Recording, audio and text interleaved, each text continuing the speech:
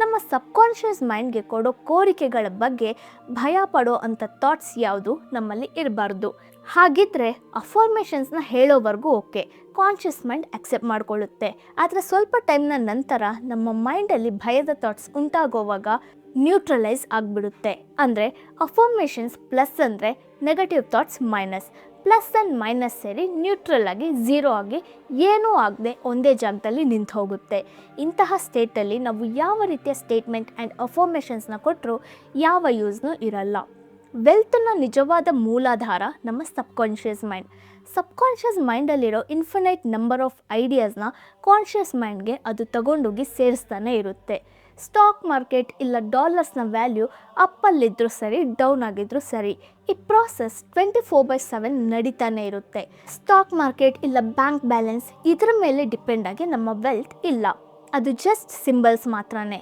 Once ನಮ್ಮ ಮೈಂಡಲ್ಲಿ wealth ಅನ್ನೋ ವಿಷಯನ ಸೆಟ್ ಮಾಡಿಬಿಟ್ವಿ ಅಂದರೆ ಲೈಕ್ ಈ ವೆಲ್ತ್ ಅನ್ನೋದು ನನಗೆ ಸೇರಿರೋದೆ, ಅದಕ್ಕೆ ನಾವು ಯೋಗ್ಯ ಅನ್ನೋ ವಿಷಯನ ಸಬ್ಕಾನ್ಷಿಯಸ್ ಮೈಂಡ್ಗೆ ಕನ್ವಿನ್ಸ್ ಮಾಡಿ ಸೆಟ್ ಮಾಡಿಬಿಟ್ರೆ ನಮ್ಮ ಲೈಫ್ ಮೊತ್ತ ನಮ್ಮನ್ನ ಹುಡ್ಕೊಂಡು ಆಸ್ತಿ ಹಣದ ರೂಪಲ್ಲಿ ಇಲ್ಲ ಆಸ್ತಿಯ ಮೂಲಕನೋ ಬಂದು ಸೇರೋ ಹಾಗೆ ಸಬ್ಕಾನ್ಷಿಯಸ್ ಮೈಂಡ್ ಎಲ್ಲ ದಾರಿಗಳನ್ನ ತೋರಿಸುತ್ತೆ, ಅದನ್ನ ನಡೆಸಿನೂ ತೋರಿಸುತ್ತೆ.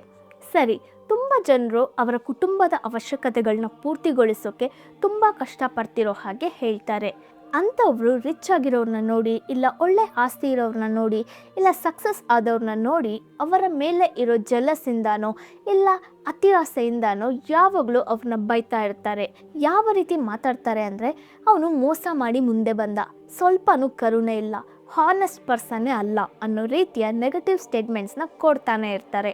ಸೊ ಅಂಥವ್ರಿಗೆ ಆ ಸಕ್ಸಸ್ ಆಗಿರೋ ವ್ಯಕ್ತಿಗಳ ಹಾಗೆ ತಾನೂ ಆಗಬೇಕು ಅನ್ನೋ ಆಸೆ ಇರುತ್ತೆ. ಆದರೆ ಅವ್ರ ಬಗ್ಗೆ ಹೇಳೋ ಈ ರೀತಿಯ ನೆಗೆಟಿವ್ ಸ್ಟೇಟ್ಮೆಂಟ್ಸ್ ಇರೋದ್ರಿಂದ ಅವ್ರಿಗೆ ಅದನ್ನ ಅಚೀವ್ ಮಾಡೋಕ್ಕೆ ಆಗಲ್ಲ. ಅದರಿಂದಾನೇ ಅವರು ಜೀವನದಲ್ಲಿ ಇಂಪ್ರೂವ್ ಆಗದೆ ಯಾವಾಗಲೂ ಕಷ್ಟಪಡ್ತಾನೆ ಇದ್ದಾರೆ. ಲ್ಯಾಕ್ ಆಫ್ ವೆಲ್ತ್ಗೆ ಜಲಸಿ ಅನ್ನೋ ಒಂದು ಫೀಲ್ ಸಹ ಕಾರಣವಾಗಿದೆ. ನಿಮಗೆ ಗೊತ್ತಿರೋ ಒಬ್ಬ ರಿಚ್ ಪರ್ಸನ್ ಬ್ಯಾಂಕಲ್ಲಿ ನಿಮ್ಮ ಕಣ್ಮುಂದೆನೇ ಒಂದು ದೊಡ್ಡ ಅಮೌಂಟ್ನ ಅವರ ಅಕೌಂಟಲ್ಲಿ ಡೆಪಾಸಿಟ್ ಮಾಡೋದನ್ನ ನೀವು ನೋಡೋವಾಗ ನಿಮಗೆ ಜಲಸಿ ಫೀಲ್ ಆಗ್ತಿದೆ ಅಂತ ಅಂದ್ಕೊಳ್ಳೋಣ. ಆ ಜಲಸಿ ಅನ್ನೋ ಎಮೋಷನ್ ತುಂಬ ಡೇಂಜರಸ್ ಆದ ಒಂದು, ಅದು ತುಂಬ ನೆಗೆಟಿವ್ ಪೊಸಿಷನ್ಗೆ ನಮ್ಮನ್ನ ಕರ್ಕೊಂಡೋಗುತ್ತೆ. ಅದರಿಂದ ತಪ್ಪಿಸ್ಕೊಳ್ಳೋಕ್ಕೆ ಈ ಜಲಸಿ ಅನ್ನೋ ಎಮೋಷನ್ ಯಾವಾಗೆಲ್ಲ ಬರುತ್ತೋ ಆವಾಗ ಆ ಪರ್ಸನ್ನ ನೋಡಿ ನಿಮಗೆ ಇನ್ನಷ್ಟು ವೆಲ್ತ್ ಸೇರಲಿ ಅಂತ ನಾನು ದೇವ್ರನ್ನ ಕೇಳ್ಕೊಳ್ತೀನಿ ಅಂತ ನಿಮ್ಮೊಳಗೆ ನೀವು ಹೇಳ್ಕೊಳ್ಳಿ. ಆವಾಗ ನಿಮ್ಮ ನೆಗೆಟಿವ್ ಥಾಟ್ಸ್ ಆ್ಯಂಡ್ ಈ ಪಾಸಿಟಿವ್ ಥಾಟ್ನು ನ್ಯೂಟ್ರಲೈಸ್ ಆಗಿಬಿಡುತ್ತೆ. ಈ ರೀತಿ ಮಾಡೋದ್ರಿಂದ ನಿಮ್ಮ ಸಬ್ಕಾನ್ಷಿಯಸ್ ಮೈಂಡ್ ನಿಮಗೆ ವೆಲ್ತ್ನ ಹಲವಾರು ರೂಪದಲ್ಲಿ ತಂದು ಸೇರಿಸುತ್ತೆ.